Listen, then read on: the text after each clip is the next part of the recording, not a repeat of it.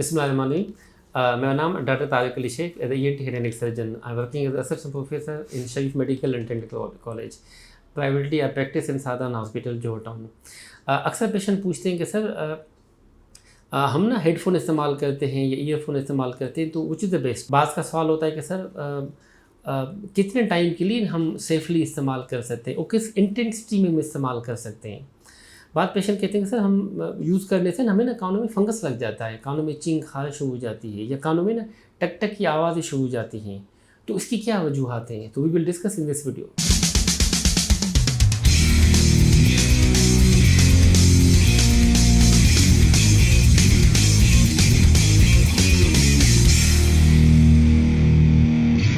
बुनियादी तौर पे जब भी हम साउंड वेव जाती हैं कान की तीन हिस्से हैं, external, middle and inner ear.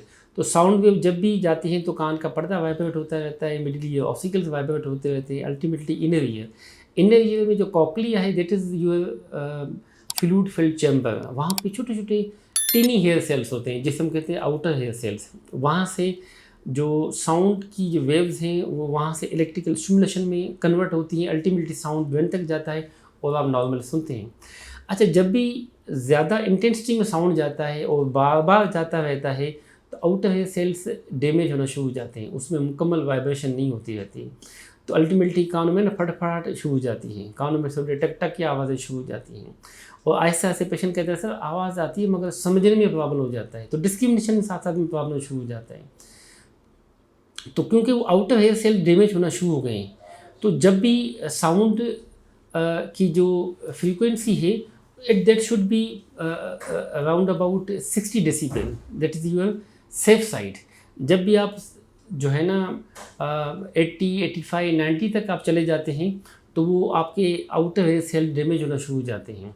और ड्यूरेशन जो है वो भी कहते हैं कि 60 मिनट्स के लिए आप 60 मिनट के लिए इस्तेमाल कर लें, that is safe for your year, ठीक है ना। वो लोग जो 2-2, 4-4, 6-6 घंटे डेली इस्तेमाल करते रहते हैं और हाई लाउड साउंड्स में इस्तेमाल करते रहते हैं, उनमें ये प्रॉब्लम जल्दी आता रहता है। स्पेशली जो म्यूजिशंस हैं, स्पेशली जो कॉल सेंटर वाले हैं, स्पेशली वो लोग जो लॉन्ग कॉल पे होते हैं। सेकंड के headphone earphone which is the best, that is your headphone. क्योंकि जब आप ईयरफोन मोस्टली को पॉपुलेशन ज़्यादा इस्तेमाल करती है क्योंकि वो चीपर होते हैं, इकोनॉमिकल होते हैं, ईजिली अवेलेबिलिटी होती है, तो कान में इंसर्ट करके सारा सारा दिन बैठे रहते हैं। बुनियादी तौर पे वो जब भी आप इंसर्ट करते हैं तो साउंड जो साइड का है, बाहर का है, वो आपको मास्किंग नहीं होता। जब भी वो मास्किंग नहीं होती तो पेशेंट उसको लाउड साउंड में सुनने का आदी हो जाता है। अल्टीमेटली जो है ना कान का इनर ईयर लाउड साउंड की वजह से डैमेज होना शुरू हो जाता है। और दूसरा ईयरफोन की वजह से 6 to 9 डेसिबल ज़्यादा साउंड जाता है, वो भी डैमेज करने के चांसेस होते हैं। तीसरा, जब आपके मुसलसल ये पड़ा रहता है तो वहाँ पे फंगस के ज़्यादा चांसेस होते रहते हैं, बैक्टीरियल इन्फेक्शन के ज़्यादा चांसेस होते हैं, ऑक्सीजन प्रॉपर नहीं जाती। तो इस वजह से हम कहते हैं कि headphone that is a safe, उसमें मास्किंग हो जाती है, ईयर के फंगल के चांसेस भी कम होते हैं और उसमें आपके लिए ना मुख्तलिफ ऐप भी हैं जिसको थ्रू आप टाइम सेट कर सकते हैं। उसके लिए आप इंटेंसिटी सेट कर सकते हैं, उसको आप स्टॉप कर सकते हैं, वो स्टीरियोटैक्टिक इफेक्ट्स वगैरह आ जाते हैं, उसके थ्रू आप उसको सेटल कर सकते हैं।